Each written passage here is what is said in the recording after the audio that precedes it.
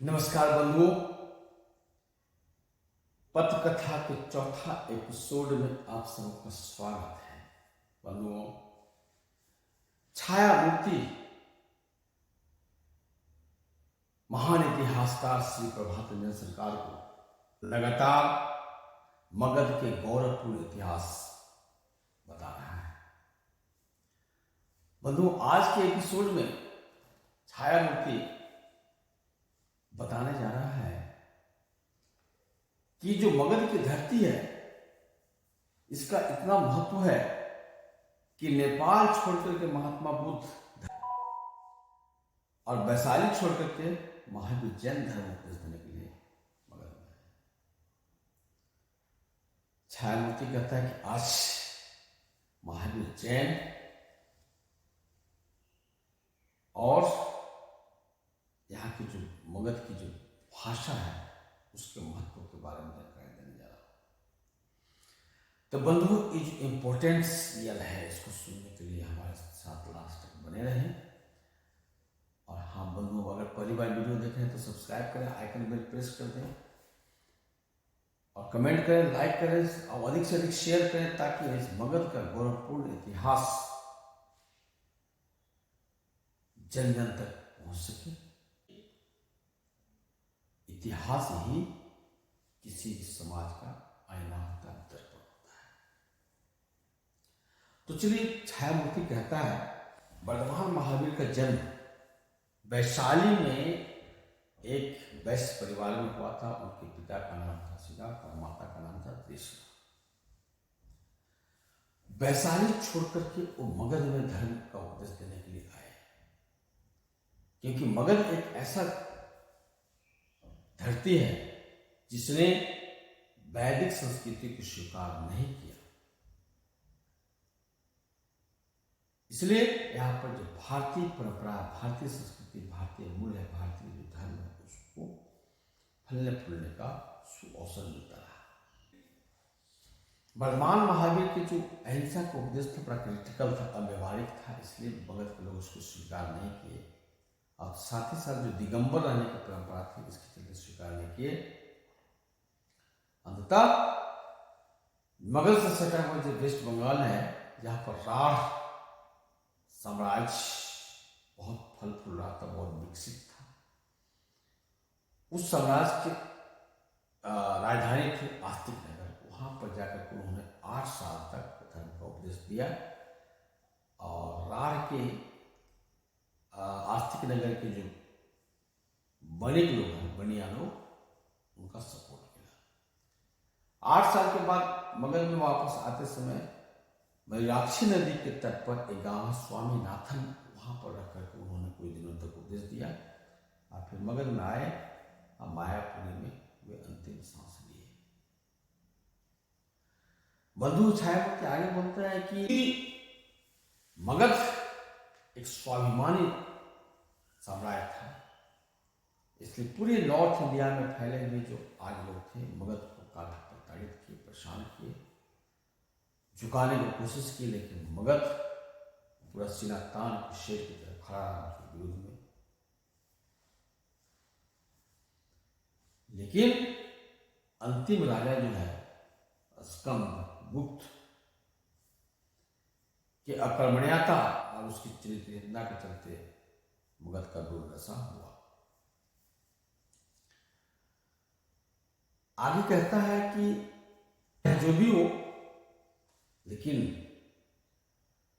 जब वैदिक भाषा का अंत हुआ, उसकी मृत्यु हुई, तब भारत में 7 प्राकृतिक भाषाओं का उद्भव हुआ, जिसमें पहला था महाराष्ट्र प्राकृत, दूसरा था मालवीय प्राकृत, तीसरा था सैंधवी प्राकृत और चौथा था पाश्चात्य प्राकृत, पांचवा पैशाची प्राकृत, छठा शौरसेनी प्राकृत, 7वां था मागधी प्राकृत। मागधी प्राकृत से 9 भाषाएं निकली: मगही, भोजपुरी, अंगिका, मैथिली, नागपुरी, छत्तीसगढ़ी, उड़िया, असमिया और बंगला। ये जो मागधी प्राकृत इतना समृद्धशाली भाषा थी कि इसकी अपनी लिपि भी थी। और महावीर जैन अर्थात भगवान महावीर और महात्मा बुद्ध दोनों अपना उपदेश इसी मागधी प्राकृत भाषा में दिए, जिसको पाली भाषा के नाम से भी जाना जाता है। तो मागधी प्राकृत की अपनी लिपि भी थी, जो श्रीहर्ष लिपि से मिलती जुलती थी।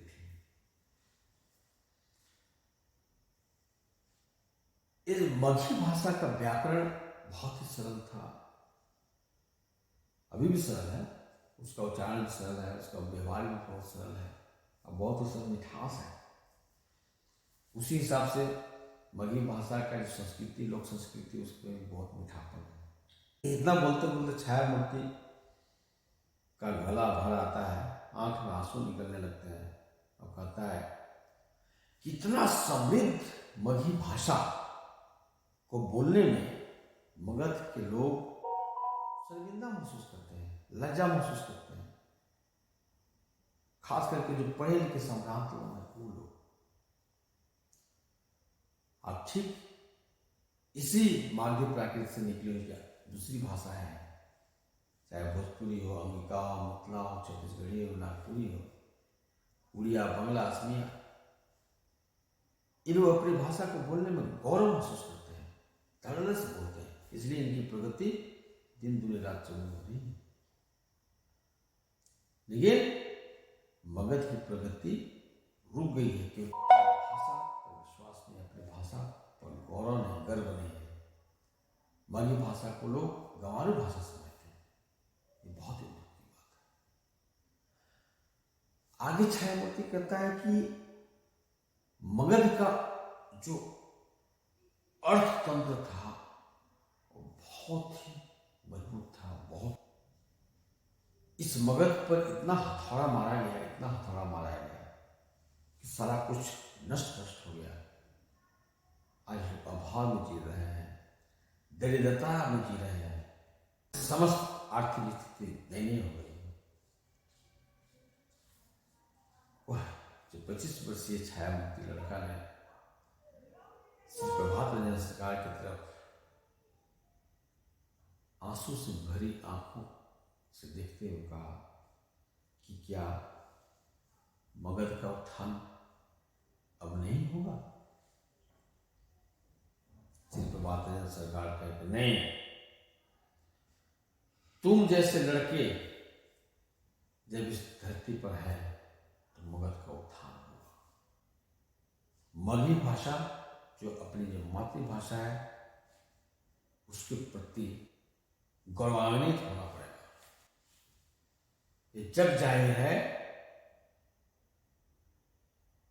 कि जो समाज अपनी मातृभाषा को महत्व नहीं दिया उसका आर्थिक सामाजिक प्रगति नहीं होगी। इसलिए मगही भाषा को फिर से वही दर्जा देना होगा जो मगध साम्राज्य के टाइम में था। तो ये है